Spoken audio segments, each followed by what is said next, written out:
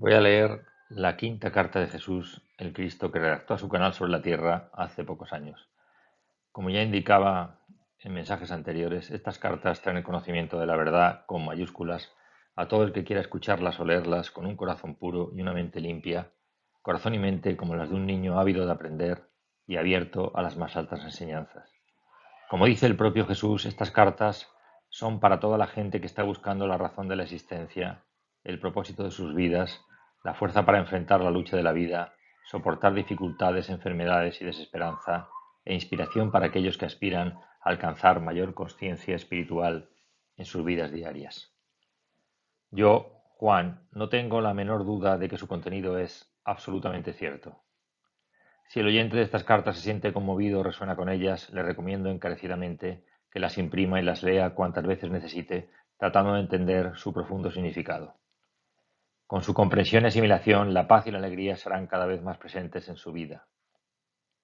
Estas cartas traen un conocimiento profundo que en realidad ya está en el interior de los hombres, pero que pocos pueden alcanzar por sí mismos y si lo hacen, precisan de muchos años de meditación y autoconocimiento y autorreconocimiento de su divinidad, de elevación sobre los acontecimientos diarios para entender el sentido de su existencia. Las cartas de Cristo permitirán a muchos comenzar ese proceso de autoconocimiento y autorreconocimiento de la verdad del hombre, a otros les hará avanzar más rápidamente en ese camino y a unos pocos les ratificará lo que ya intuían dentro de su corazón. Querido amigo, querida alma, querido hermano, con total sinceridad te digo que estoy convencido de que no existe en el mundo ningún conocimiento mayor ni mejor que yo ni nadie pueda transmitir en el aquí y ahora de la tierra. Por favor, escucha, o mucho mejor, imprime y lee estas cartas. Cristo vuelve, revela la verdad sobrecogedora, carta quinta. Yo, el Cristo, estoy escribiendo esta carta quinta para definir claramente la realidad oculta, a la cual también me referiré como el universal y lo divino, para ayudarte a abrir la mente y a comprender que mientras que tú eres un individuo, aquel que te dio el ser e individualidad es en sí mismo universal, eterno, infinito, en todas partes, sin principio ni fin.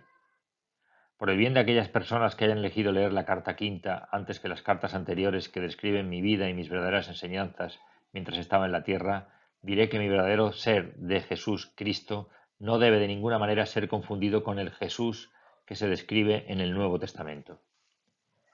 Puesto que mis enseñanzas originales en la forma de los 4 evangelios han sido distribuidas por todo el mundo y muy mal interpretadas, es mi intención empezar a enseñar la verdad con mayúsculas de la existencia, explicando el verdadero significado de mi terminología original citada en los evangelios.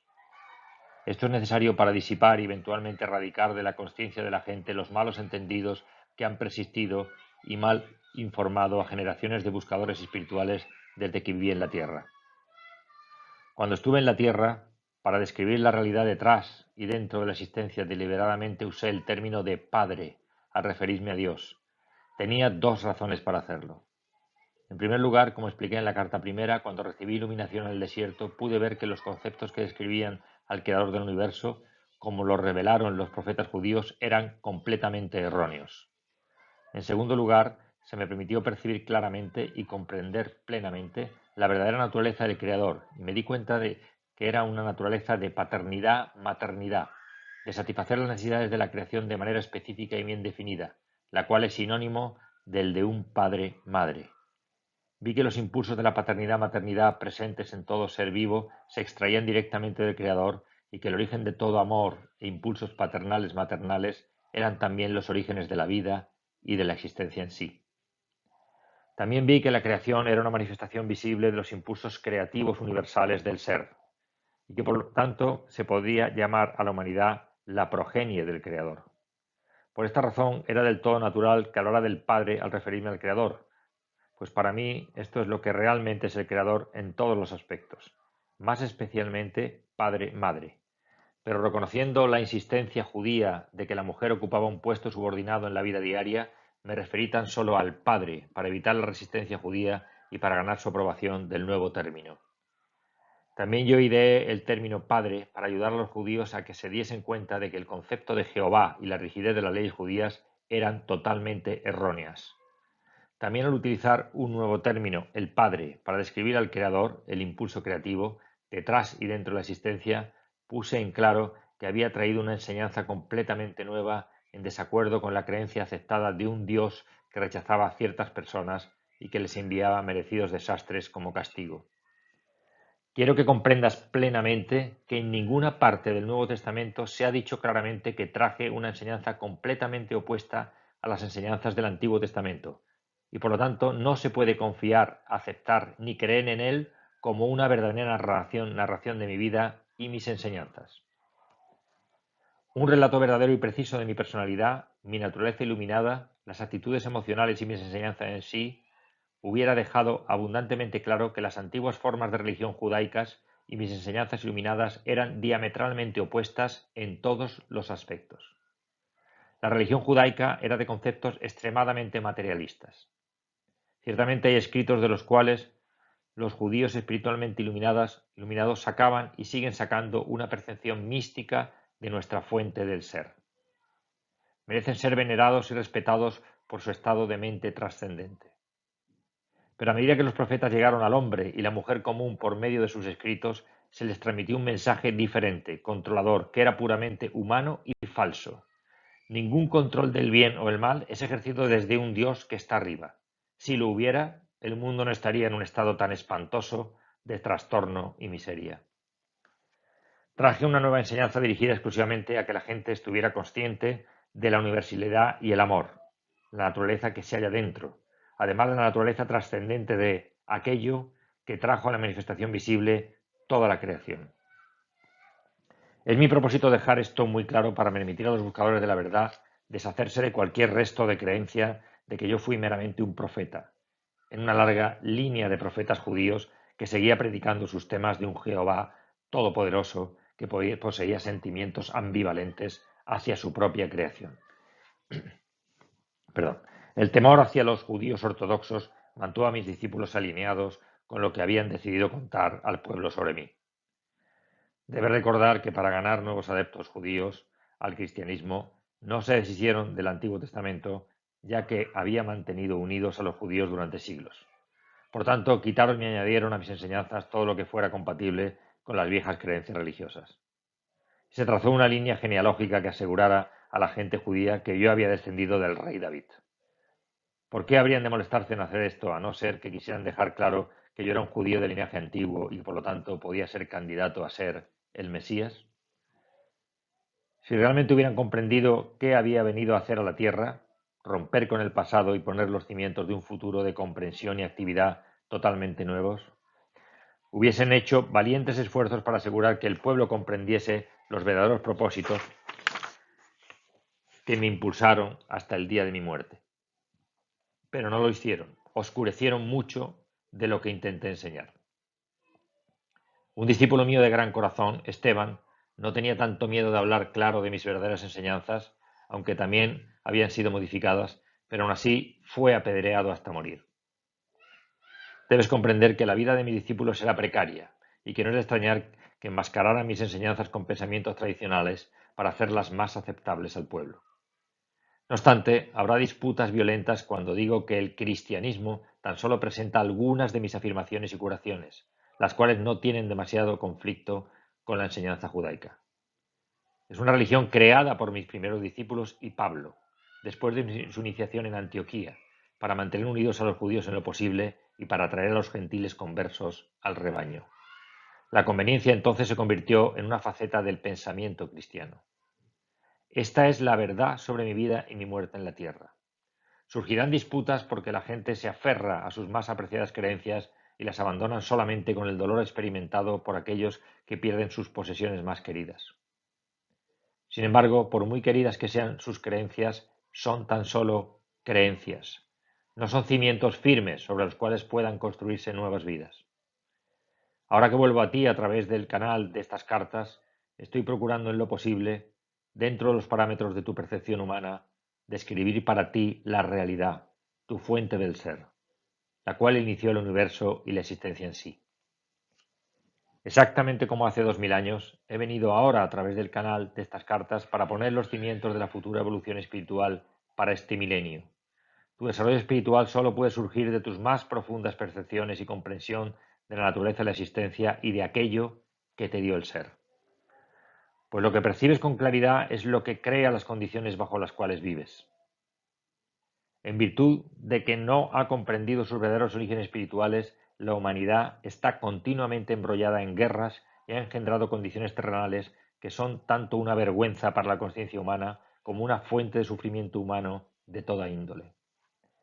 Por esta razón estoy enviando, irradiando el pleno poder de mi conciencia crística para traer la verdad con mayúsculas de la existencia a ti en el tipo de terminología moderna comprensible que te permita construir una nueva conciencia y la comprensión de la verdad como realmente es, en lugar de dejarte seguir adhiriéndote a aquellas falsas creencias que te han enseñado o que has recibido por tradición. Con el uso y su comprensión, la terminología despertará en ti la misma o más reverencia, amor y visión espiritual de la que sentías antes, al usar la palabra Dios. Cargada con significación universal, la terminología más adecuada te llenará finalmente con poder espiritual cuando uses y visualices el significado de las palabras. Estoy aquí para decirte que cuando hayas purificado tu conciencia de los crasos pensamientos y sentimientos humanos propios del impulso del ego, y perseveres en la meditación y en una elevación de la conciencia hacia lo universal, comenzarás a sentir cómo el poder espiritual irá invadiendo tu mente y finalmente todo tu cuerpo. Por lo tanto, mis enseñanzas son dirigidas exclusivamente para ayudarte a abrir tu conciencia a la vida nueva que va entrando, a la vitalidad y al poder espiritual para que puedas abandonar tu vieja manera de vivir, limitada e insatisfecha, y encontrar una nueva fuente de alegría interior y de satisfacción de cada una de tus necesidades. Piensa en esta afirmación. No te he traído ningún se debe o no se debe, o restricciones frustrantes que no quieras imponer sobre ti mismo. Ciertamente he venido para decirte cómo tus formas de conciencia tienen vida dentro de ellas mismas y al final se manifiestan en tu mundo. Pero dejo a tu sentido común el escoger los pensamientos sanos, los actos amorosos y el camino correcto que lleva hacia la alegría y la realización cuando comprendas la verdadera naturaleza de la creación. He venido también con la plena fuerza de mi poder crístico para que te des cuenta de que no hay barreras entre tú y aquello, lo que te dio el ser, solamente las que hayas creado tú mismo por ignorar las leyes de la existencia. He venido para ayudarte a quitar las barreras iluminando tu ignorancia actual y enseñándote cómo abrir tu conciencia, todo tu ser, al influjo de aquello que te dio el ser. Por lo tanto, repito, en el análisis final mis enseñanzas están dirigidas exclusivamente a ayudarte a abrir tu conciencia a lo nuevo de la vida, de la vitalidad y del poder espiritual para que puedas abandonar la vieja forma de vida limitada e insatisfactoria y encontrar una nueva fuente de alegría interior y de satisfacción de cada necesidad. Anhelo que con el amor divino alcances este supremo estado de ser antes de que pases a la próxima dimensión, que tu paso sea sin dolor y que tu transición sea de una espera sublime. Este es el único propósito que motiva estas cartas. La afirmación arriba mencionada es una forma más fuerte y poderosa de decir, en otras palabras, lo que dije cuando estaba en la tierra. Busca primero el reino de los cielos y todas las cosas buenas se te darán por añadidura. No hice esta afirmación para convencer a la gente de que fuese buena. Yo enuncié un hecho de la existencia.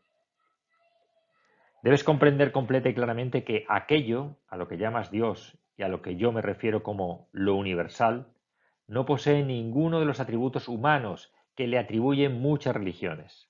Las características humanas de enojo, amenazas y castigos, por ejemplo, tan solo pertenecen a la condición humana.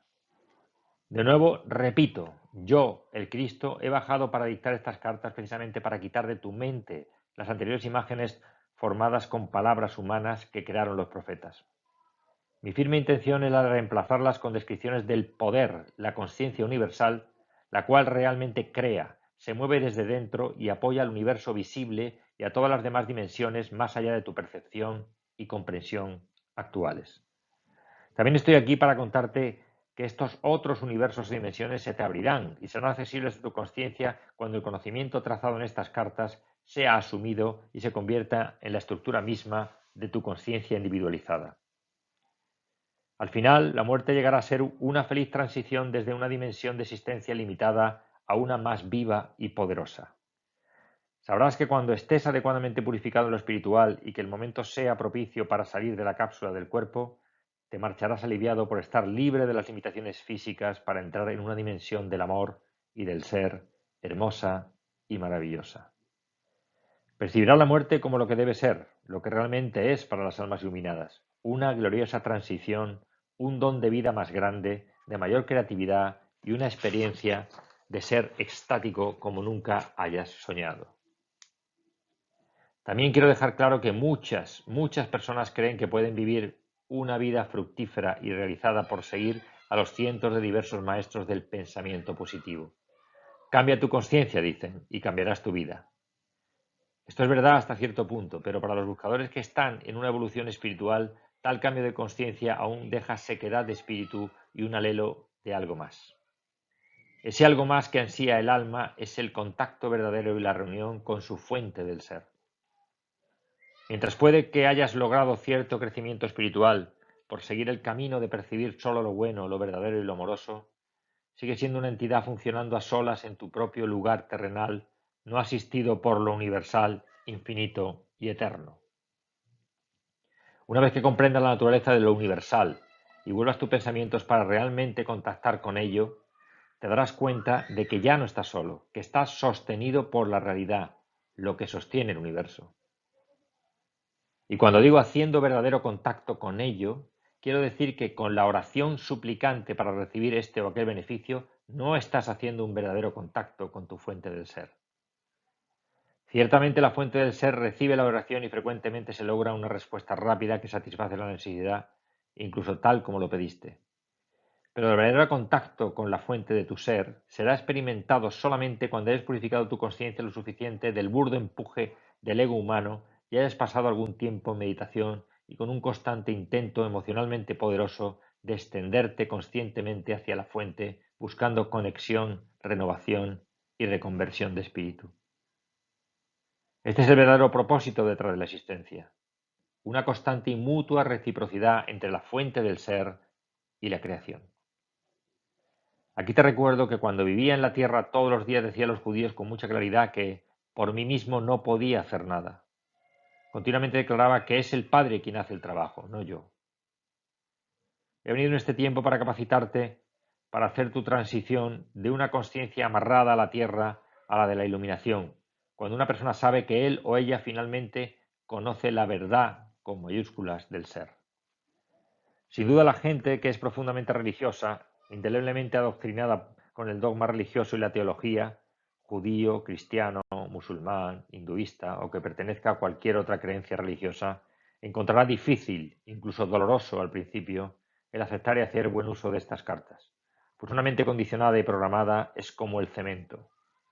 Las creencias entrañables usadas como talismanes, los apoyos emocionales y las afirmaciones para dar fuerza en momentos de crisis son grabadas emocionalmente en el subconsciente y normalmente llevan incorporado un temor de ofender a Dios al contemplar el avanzar hacia una verdad más elevada. A menos que haya un anhelo sincero de saber la verdad del ser, más que las creencias tradicionales, estos patrones mentales son casi imposibles de aniquilar de la mente y de las emociones y bloquean el verdadero progreso espiritual. He venido expresamente para ayudar a aquellos que tienen la voluntad de moverse más allá de estas barreras hacia la iluminación verdadera. Por lo tanto, si por intuición sientes que las palabras que hay en estas páginas son la verdad y te sientes atraído hacia ellas, ten confianza de que estás listo para comenzar el camino espiritual que se esboza en estas cartas y yo estoy a la mano para darte el valor para seguir adelante hasta que alcances tu meta. La verdadera iluminación espiritual, una vida nueva, fuerza de voluntad y el encuentro con lo que yo llamaba el reino de los cielos. A diario, la meditación sincera y la oración te permitirán lograr la purificación mental y progresivamente la verdad y la comprensión reemplazarán los viejos mitos que alguna vez fueron tan importantes para ti. Al principio de las siguientes enseñanzas, yo, el Cristo, debo recordarte que el tuyo no es un universo sólido. Como probablemente ya sabes, de acuerdo con tus científicos, la materia sólida, la sustancia visible del mundo, realmente está compuesta de partículas de energía. La verdad del ser de tu dimensión terrenal se basa sobre esta realidad fundamental de la creación. Para comprender mis enseñanzas referentes a la verdad del ser, es necesario captar este aparente vacío fundamental subyacente de todo tu mundo creado. La mayoría de vosotros conocéis este hecho de la existencia de manera intelectual. Sin embargo, aún no se ha filtrado a vuestra conciencia para daros una nueva perspectiva del mundo y de la existencia en sí. Seguís pensando, como lo habéis hecho durante milenios, que vuestro mundo es sólido y que las condiciones del cuerpo y de todo fenómeno externo están fuera de vuestro control. Creéis que sois víctimas de la existencia. Sin embargo, la verdad es lo contrario, y vuestras vidas reflejan estas creencias. Por lo tanto, es absolutamente necesario que yo regrese para ayudaros a avanzar hacia una percepción más elevada de la verdad con mayúsculas. Como dije en la carta primera, después de la eliminación en el desierto, volví a mi mundo de ciudades y pueblos palestinos y enseguida empecé a controlar los elementos de la materia donde vi la necesidad de ayudar a aquellos que estaban necesitados o sufriendo. He venido para enseñarte exactamente por qué pude hacerlo. Como te revelé en la carta primera, durante el tiempo en que recibí plena iluminación en el desierto, comprendí que la materia no era realmente sólida. No se me dio a entender exactamente cómo las partículas eléctricas que denominé el titileo de motas aparentaban ser materia visible. Tan solo supe que estas motas se movían a altas frecuencias de velocidad dentro de Dios-mente, y que por lo tanto Dios-mente es universal. Percibí que Dios-mente era tanto el creador como la sustancia de todas las cosas dentro de la creación en sí. De esto estaba absolutamente seguro. También vi con toda claridad que el pensamiento humano, al estar cargado de convicción o emoción, afectaba radicalmente este proceso de la materialización de formas visibles. Por tanto, la mente humana podía, y de hecho lo hacía, interferir con la verdadera intención de Dios-mente. Fue una comprensión emocionante y llena de regocijo, puesto que los mitos que me habían enseñado los rabinos judíos eran claramente falsos y fueron inmediatamente eliminados de mi mente. Abracé la verdad con entusiasmo, pues comprendí por qué la gente experimentaba la miseria y el sufrimiento. Esto emanaba de sus propios procesos de pensamiento. También se me dejaba ver las comunidades de partículas vivas que la ciencia llama células, trabajando dentro de todo ser vivo. Era consciente de la armonía divina, controlando el funcionamiento de las células, que, muy afanadas, construían y mantenían las distintas partes de los cuerpos físicos de todas las criaturas vivas, grandes y pequeñas, y de la vida vegetal.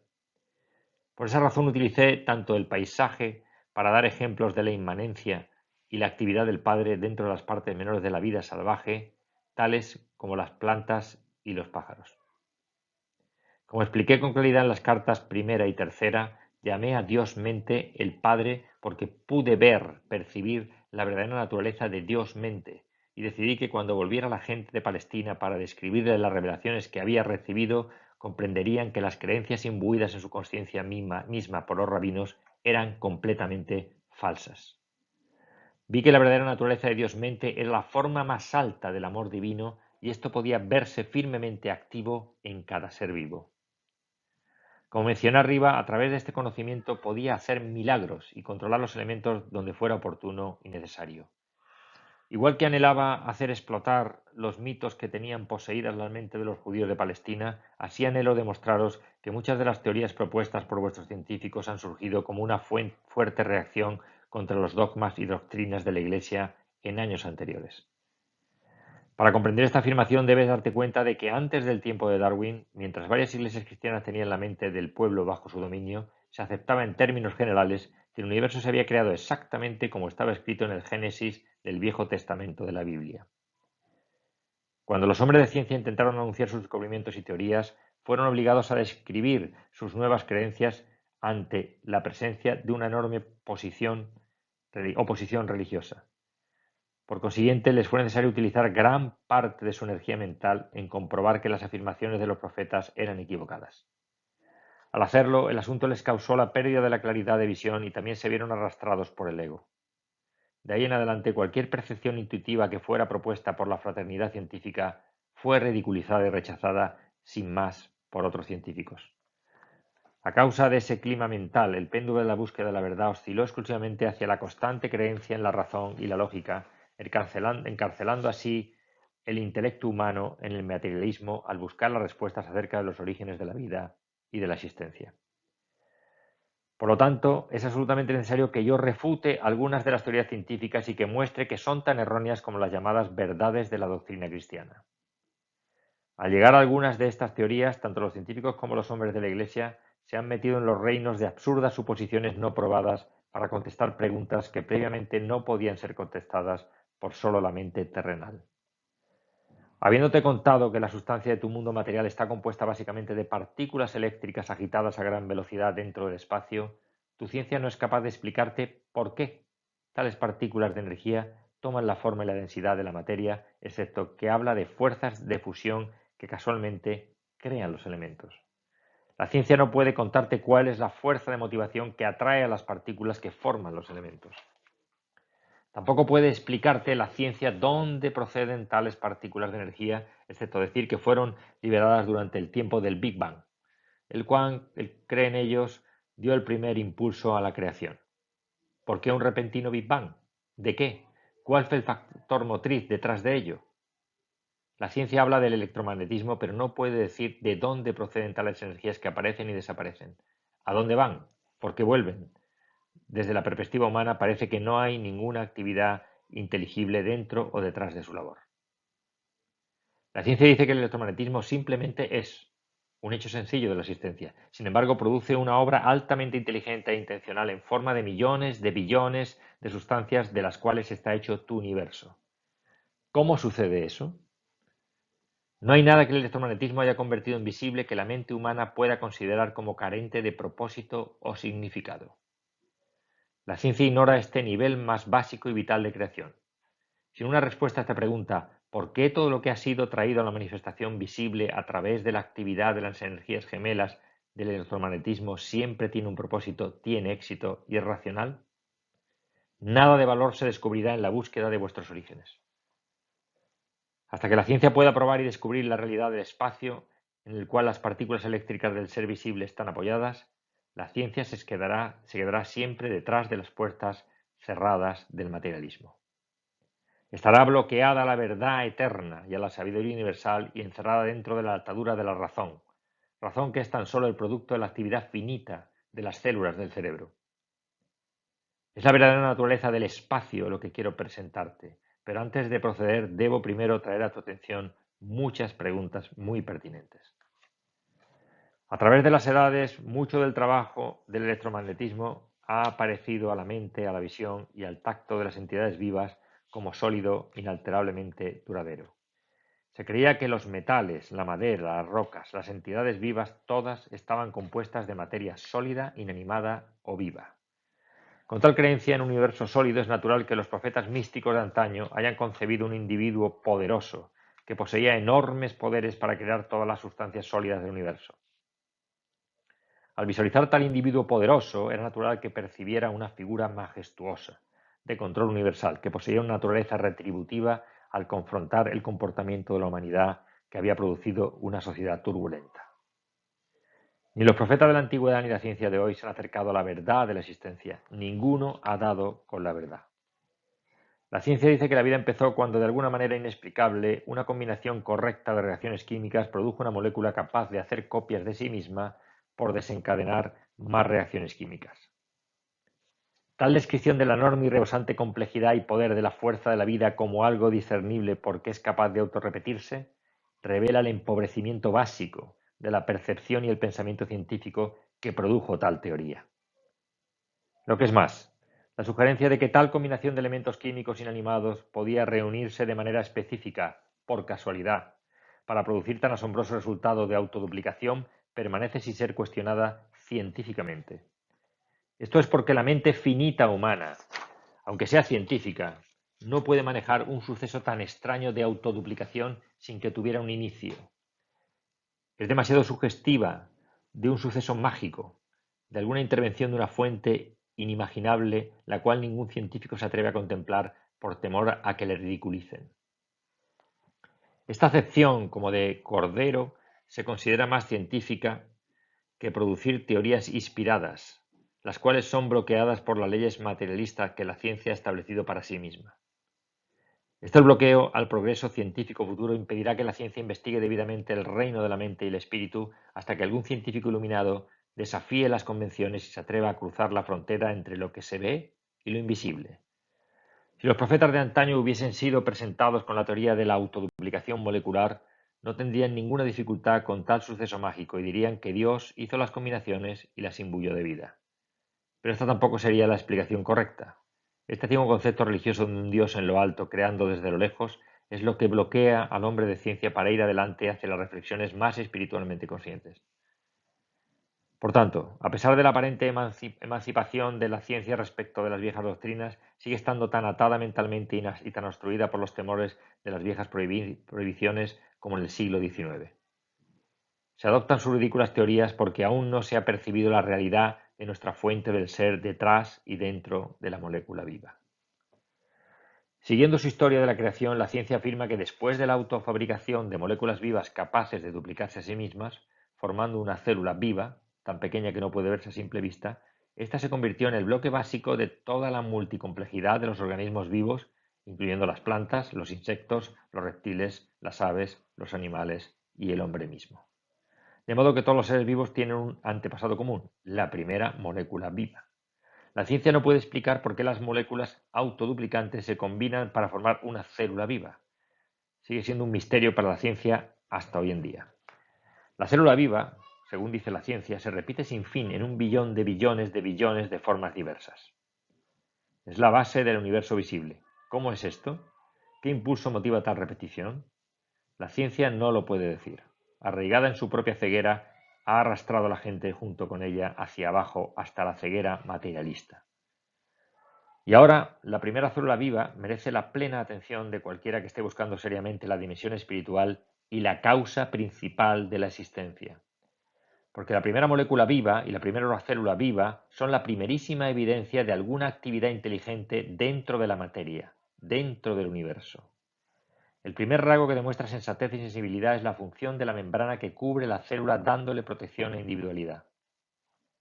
Piensa en este fenómeno milagroso. La célula absorbe del ambiente solamente el alimento seleccionado a través de la membrana. No solo absorbe el alimento correcto, sino que después de usar la nutrición, la célula elimina el desecho a través de la membrana permeable. Debes preguntarte a ti mismo, ¿cómo puede la parte puramente física de la membrana de la célula, invisible a simple vista, distinguir y seleccionar el alimento correcto para realizar su bienestar y luego ejercer el suficiente discernimiento para deshacerse de la materia tóxica no deseada? ¿No ves un alto grado de propósito en toda esta actividad y puedes creer que tal propósito es fortuito? ¿Y no es el propósito el mero sello de la inteligencia? No solo esto, la membrana de la célula sigue haciendo este trabajo de seleccionar el alimento y deshacerse de la materia tóxica en un billón de billones de diferentes circunstancias y condiciones relacionadas con la supervivencia de diferentes especies y en ambientes diversos.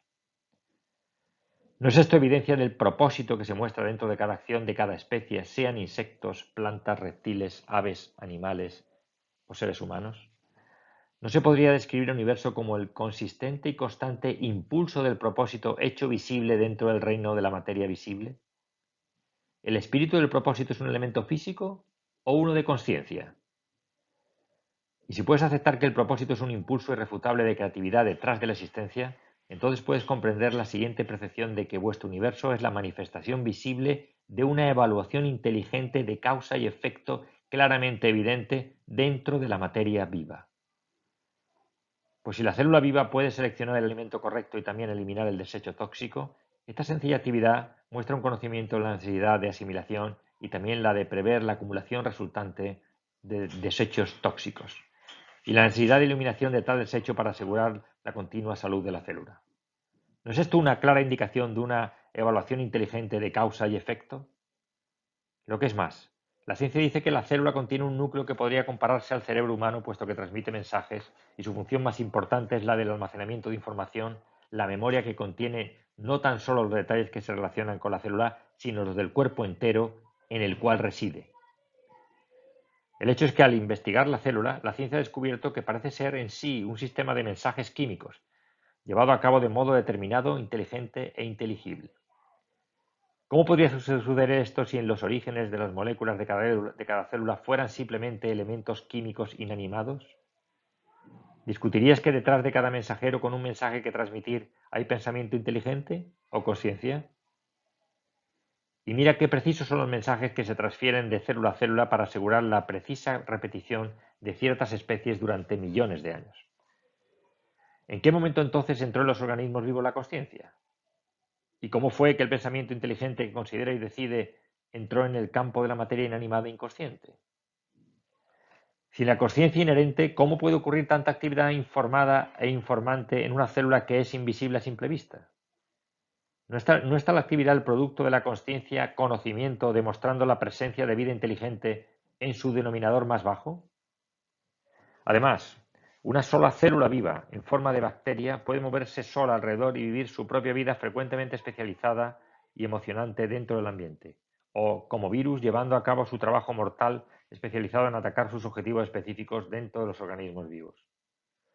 Por otra parte, la célula puede estar fija en un organismo llevando a cabo su propio trabajo altamente importante de construcción y mantenimiento de alguna parte del organismo. Tal trabajo produce materia viva, justamente adecuada y necesaria para el órgano vivo sobre el cual trabaja, sean parte del cuerpo humano o de la vida animal o vegetal, tales como los dedos de los pies del humano y el bazo, o la piel animal y los colmillos, o las escamas del pez y el plumaje de las aves, o la corteza del árbol y las hojas en las ramas, o los pétalos y el tallo de las flores, o las antenas de las mariposas y sus alas diáfanas, o la piel reptil de los cocodrilos y sus dientes, o los ojos del calamar que cambian de color según su necesidad de camuflaje. Cada uno de estos fenómenos físicos completamente diversos y aparentemente no relacionados es creado por el trabajo especializado individualizado de billones y billones y billones de células vivas idénticas. Al contemplar la magnitud y la diversidad del trabajo logrado por una simple célula viva invisible a simple vista, ¿se puede creer en un universo mecanicista? ¿Sería posible hacer esto si la materia producida por tales células fuera ilógica, que no ofreciera ningún propósito verosímil detrás ni ninguna razón para su existencia, desprovisto de conciencia personal? Pero esto no es así. Estas células vivas idénticas trabajan juntas en armonía dentro del hombre o del animal, para hacer un hígado con sus múltiples deberes dentro del cuerpo, para crear un ojo intrincado que tiene sus propios propósitos específicos de poner a la entidad en contacto directo e inteligente con su entorno, incorporando la ayuda del cerebro o huesos fuertes, expresa e intrincadamente diseñados en conjunción con tendones y músculos para unirse con otros de manera tan conveniente que permiten el pleno y ágil movimiento de la entidad. Lo que es más, las células nunca se entrometen en el trabajo de las demás. Al quedar un riñón no hacen de repente una oreja. Al quedar pelo no se lanzan de repente a hacer piel. No, las células crean el cuero cabelludo y las mismísimas células crean el pelo. La única diferencia entre las células de la piel y la del pelo es el trabajo que realizan, segundo tras segundo, durante toda una vida. ¿Por qué? ¿Cuál es el factor motivador e inspirador? ¿Accidente? ¿Qué inteligencia organizadora puso en movimiento todo el proceso de creación desde el nivel más fundamental de la formación de simples elementos a partir de partículas eléctricas libres dentro del espacio? La combinación de elementos para formar sustancias químicas, la combinación correcta de sustancias químicas específicas para formar una molécula viva, la combinación correcta de moléculas vivas para hacer una célula viva que puede tomar nutrición, excretar desechos, construir según especificaciones claras, desplazarse y sostener consistentemente este enorme edificio de la creación a través de billones de años. No solo esto, sino ¿cuál es la fuerza motivadora que ha diseñado y logrado hacer evolucionar dentro de los sistemas vivos y las entidades vivas billones y billones de maneras diferentes de fertilizar las semillas de todo tipo? Sean las de las plantas, los insectos, los reptiles, las aves, los animales o de los seres humanos, haciendo evolucionar para cada uno un sistema inteligente de procreación adecuada a las condiciones climáticas y la producción de vegetación en el entorno con el fin de asegurar la supervivencia. ¿No es la supervivencia también evidencia de actividad con propósito inteligente? Y al cumplirse esta gran hazaña de creatividad, ¿no deberías preguntar cómo es que cada especie viva tiene su propia manera individual de criar su prole y de protegerla en todo lo posible hasta que es capaz de sobrevivir a solas? ¿No es eso un activo amor por la creación en su forma más elevada? No se puede dejar este análisis de lo que tiene que decir la inteligencia humana acerca de los orígenes de la vida y de la creatividad sin mencionar las importantísimas moléculas ADN, las cuales se dice que llevan el proyecto de todo el organismo, de la planta o del bebé. Además, estas moléculas ADN dan las instrucciones a las células informándoles que construyan según los cromosomas depositados por la semilla. Si de veras, en lugar de la inteligencia, la ciencia te ha dado las moléculas ADN como tu fuente de existencia, tu líder supremo, tu director de la creación sobre el cual las células endebles de la materia y toda la creación deben depender para su supervivencia, contemplad al glorioso ADN, señor de vuestra creación. ¿De dónde sacaron las células ADN sus inteligentes poderes direccionales? La ciencia ya está totalmente satisfecha de que haya podido explicar satisfactoriamente por qué las diversas especies de todo tipo se duplican a sí mismas, con tanta precisión y consistencia. La ciencia quiere que creas que vives en un universo puramente mecanicista, que el fenómeno de la evolución surge puramente de mutaciones casuales y de la ley del más fuerte. Si estudias los diversos organismos de la creación, las múltiples y diversas actividades de especies afines, ¿de verdad puedes creer en un concepto materialista tan poco probable? No es ninguna mera coincidencia que hoy, para que descubras la inmensa inteligencia detrás de la creación, tengas a numerosas personas creativas que emprenden viajes difíciles para explorar, determinar y fotografiar los hábitats de las criaturas salvajes y de las plantas silvestres. Eres entretenido e instruido por un baquete de hechos y fotografías de las maravillas de tu universo. Durante mi tiempo en la Tierra no tuve tales maravillas a las cuales referirme para enseñar a los judíos la verdad universal de la existencia. Tenía tan solo los animales domésticos y las aves para usar como ejemplos de la maravillosa, inventiva inteligencia y clara conciencia en todo ser vivo. En ninguna parte del Evangelio ha sido escrito que yo me refería al alto y poderoso Jehová como creador, como era la costumbre de los líderes judíos. En ninguna parte del Evangelio ha sido escrito que yo me refiriera al alto y poderoso Jehová como creador, como era la costumbre de los líderes judíos. No, recurrí al campo, a las flores y a las aves, y procuré enseñar a mis compatriotas que estaban rodeados por una creación maravillosa y milagrosa. Hace 2000 años, en vuestra dimensión, nos faltaba vuestro fondo científico moderno para poder observar y explicar de manera inteligente la actividad de lo que yo calificaba el Padre a todo vuestro alrededor. Para descubrir tu verdadera fuente del ser, te pido que evalúes la inimaginable e indescriptible complejidad y diversidad y el propósito de la obra claramente evidente en los pingüinos y en los cerdos.